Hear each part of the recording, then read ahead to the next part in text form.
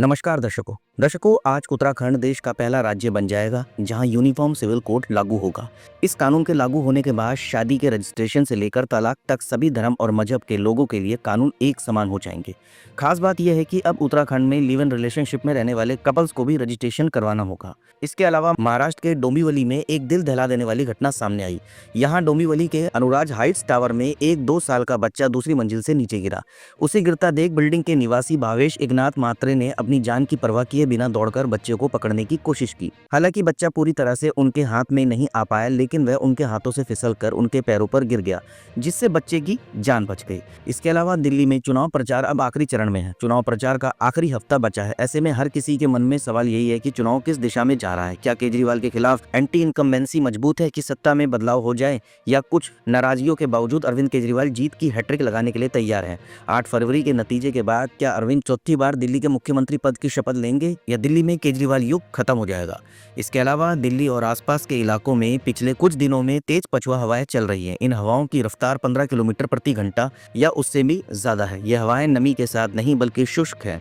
वहीं तापमान बढ़ने के लिए शीतोष्ण यानी एंटीबायोटिक सिस्टम भी जिम्मेदार होता है। एंटीबायोटिक सिस्टम भी उत्तरी भारत के मैदानी इलाकों का तापमान बढ़ाता है। इसके अलावा बांग्लादेश की अर्थव्यवस्था में अमेरिकी निवेश हमेशा अहम रहा है। रिपोर्ट के अनुसार साल 2020 तक बांग्लादेश में अमेरिका का कुल प्रत्यक्ष विदेशी निवेश लगभग $3 बिलियन था। अमेरिकी कंपनियां बांग्लादेश के कपड़ा, ऊर्जा, कृषि और सूचना प्रौद्योगिकी क्षेत्रों में प्रमुख निवेशक है। इसके अलावा उत्तर प्रदेश के प्रयागराज में भव्य महाकुंभ का आयोजन जारी है। करोड़ों की संख्या में लोग प्रयागराज पहुंच रहे हैं। जानकारी के मुताबिक अब तक 13 करोड़ से भी ज्यादा लोग महाकुंभ में शामिल हुए हैं और त्रिवेणी संगम में स्नान किया है।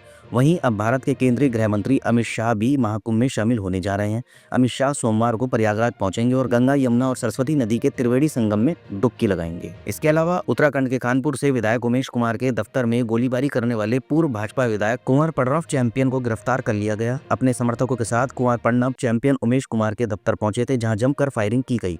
इसे लेकर उमेश कुमार के समर्थकों की ओर से थाने में तहरीर दी गई कि देहरादून से पुलिस की गाड़ी में जब चैंपियन को गिरफ्तार कर ले जाया जा रहा था, तब उन्होंने अपने साथ अन्याय किए जाने का आरोप लगाया। चैंपियन ने कहा कि उनकी शिकायत के बावजूद FIR नहीं लिखी गई। इसके अलावा आम आदमी पार्टी के राष्ट्रीय संयोजक अरविंद केजरीवाल ने रविवार को घोषणा की कि अगर 5 फरवरी को दिल्ली में विधानसभा चुनाव में उनकी पार्टी जीत जाती है तो मनीष सिसोदिया फिर से उप मुख्यमंत्री बनेंगे। केजरीवाल ने दिल्ली विधानसभा चुनाव के लिए पार्टी उम्मीदवार सिसोदिया के पक्ष में जंगपुरा निर्वाचन क्षेत्र में एक जनसभा को संबोधित करते हुए ये बात कही। उन्होंने मतदाताओं से सिसोदिया को विजयी बनाने की अपील करते हुए कहा कि वह सरकार में उप मुख्यमंत्री बनेंगे और उनके साथ आप सब भी उप मुख्यमंत्री बनेंगे। केजरीवाल ने भारतीय जनता पार्टी पर आरोप लगाया कि उसने दिल्ली में उनके 10 साल के कार्यकाल के दौरान शहर में विकास के कार्यों में बाधा डाली। इसके अलावा दर्शकों, बॉलीवुड एक्टर और कोरियोग्राफर रेमो डिसूजा भी महाकुंभ पहुंचे।